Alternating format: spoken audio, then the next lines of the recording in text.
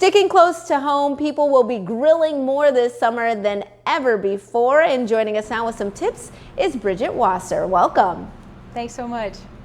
Happy to have you here. So can you share some of the best practices for grilling beef successfully?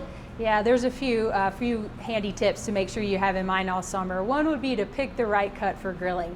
So for beef, you want to pick a nice tender steak like ribeye or strip or tenderloin or T-bone. Those can go right on the grill with super simple salt and pepper seasoning, allow that natural beef flavor to shine through. If you have a less tender cut, like maybe a flank steak or a skirt steak, you want to just whip up your favorite marinade. I have one here that's got some oil, some citrus, as well as my favorite seasonings and spices, and you can marinate 6 to 24 hours before putting that beef on the grill. And then you want to make sure that beef can really get that browning action when it's on the grill. Browning really brings out beef's natural flavors, so you can pat it dry with a paper towel before you put it on the grill. And those 3 tips will give you a pretty successful grilling season this summer. And what are some of the most common mistakes and how can they be avoided when we're grilling? Well, one would be using forks instead of tongs to turn your steaks on the grill. So you want to use just some simple tongs.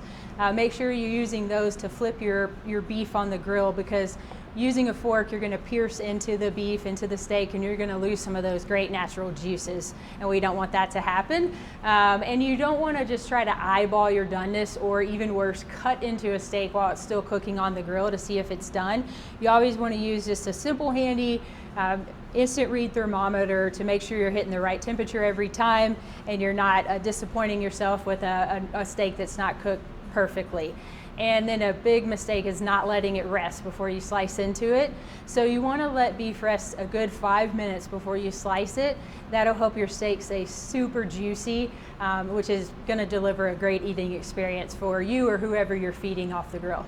And what makes beef such a great meat for grilling? Well, it's got such great natural flavor, and as I said, that browning action that happens when you put beef on the grill really allows its natural flavor to come through and shine through.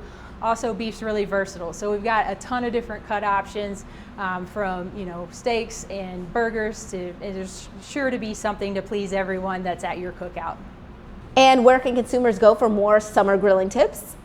Well, I would go to unitedwesteak.com. That's a new website from Beef is What's for Dinner and the Beef Checkoff, and it's going to give you unique recipes and grilling tips and even farm and ranch information for every one of the 50 states. So you can certainly get it for Maryland. I cut a steak for you in the shape of Maryland to inspire you to get grilling this weekend. But you can find great inspiration there, as well as tips and recipes. All right, Bridget, thank you so much. Appreciate you being here, and we'll be right back with more Midday Maryland right after this. Stay tuned.